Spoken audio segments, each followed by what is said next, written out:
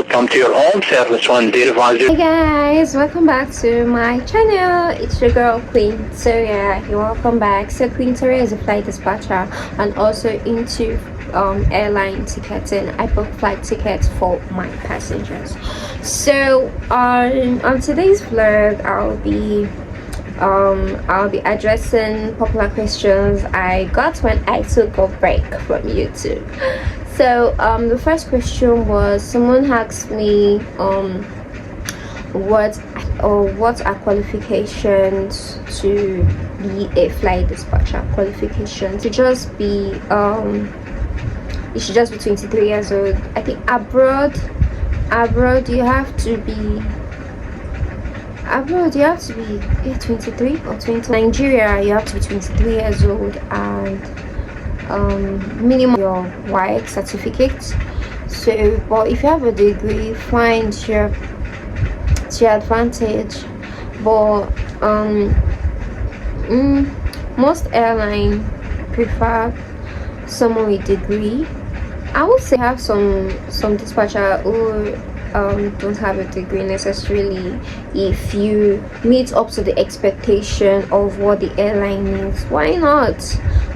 So if you have your WAEC certificate and you're good and you have the pass mark during your interviews and all of that, so yeah, of course, yes. So minimum review, just have your WAEC certificates and look for then the school to attend. Look for approved ATOs. Is approved training organization. So you need to find an approved school like IAC, NCAT. Those are the few I know. IAC, NCAT, Aero Consult, Universal School of Aviation, LAAA, so on and so forth. Just make sure that they're recognized and approved. How do I cope? I'm not even science oriented. It doesn't matter.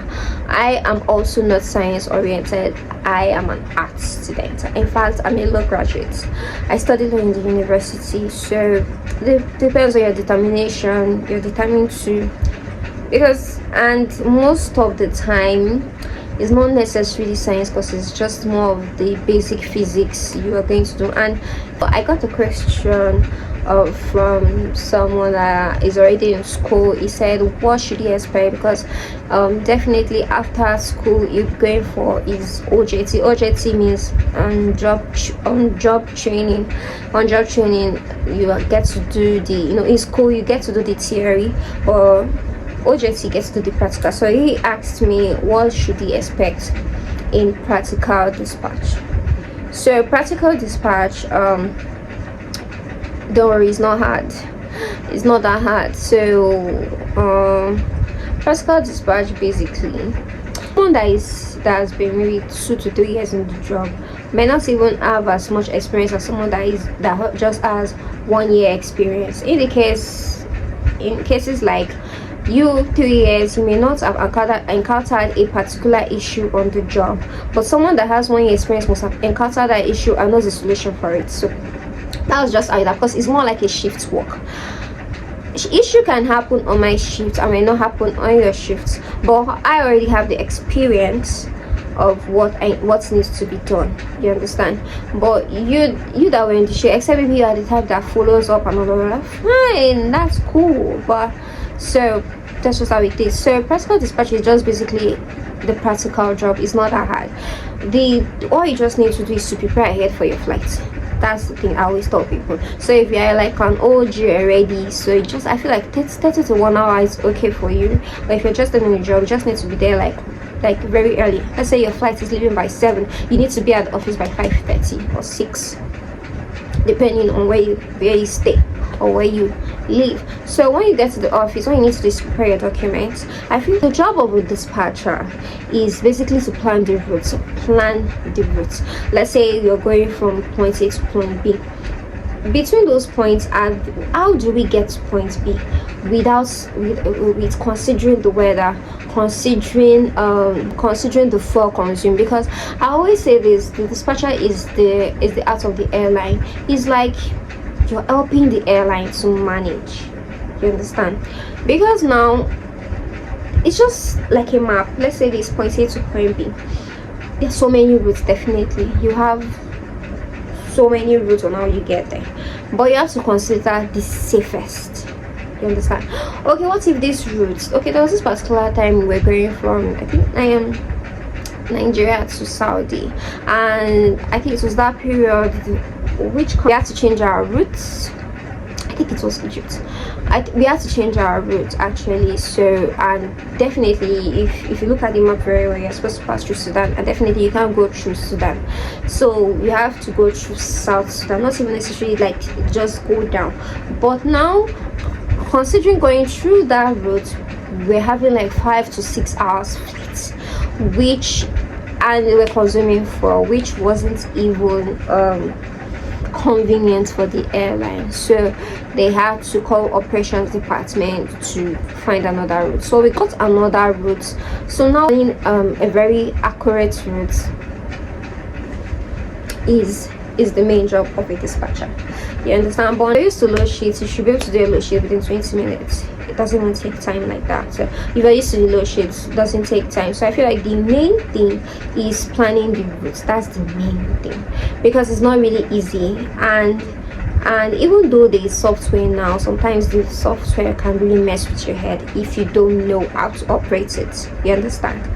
So I feel like that's the main job. So if you're going for your OJT, always ensure you are taught on the routines and everything. So we call it the OFP, operational flight plan. So you already consider your fuel, take your fuel. That's why you have your turnaround officer, or some airline call their ramp officer. You tell them before you're taking this thing about this airline. It's not that hard. You already have team. It's like a teamwork. You work together to ensure a particular goal. So it's not like everything is on the dispatcher. That's why you have your ramp officer. So now after you've planned everything, you go to take your weather. Okay, this particular route we are going through, is the weather clear? If the water is clear, it's fine. So that's why I said you need to prepare ahead. All this is, you must have checked it before you give it to your captain. Yours is just to brief the captain, so you won't look stupid. You understand? It's just like you have your flight by 7 o'clock and you've not even checked your weather. You don't even know if the weather is good, and you're just going there to go and prepare. Your captain is asking you questions and he's saying that the weather is not clear, and you're just like, oh, I don't know. You just look like, it just looks unprofessional. Like you're just trying to put his passengers' life, you know, at risk. Because this job is basically about safety.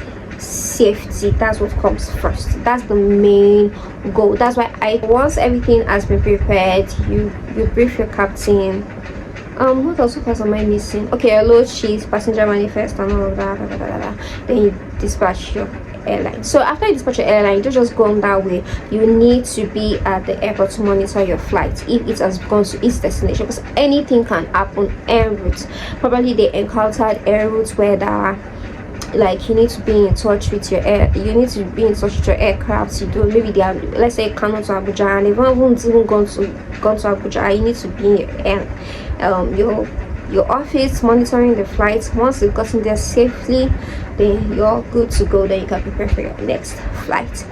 So I don't know it all. You can come to my DM, and you can come to my DM. You can find me anywhere. You can say your own experience in my comment section. I don't mind. I love to learn. I don't know it all. I'm just giving you my own experience. As I said, everybody's experience is different. Like I know some OGs know about ETOPS. I know about ETOPS, but I haven't really experienced it myself. So that's one thing I love about the job.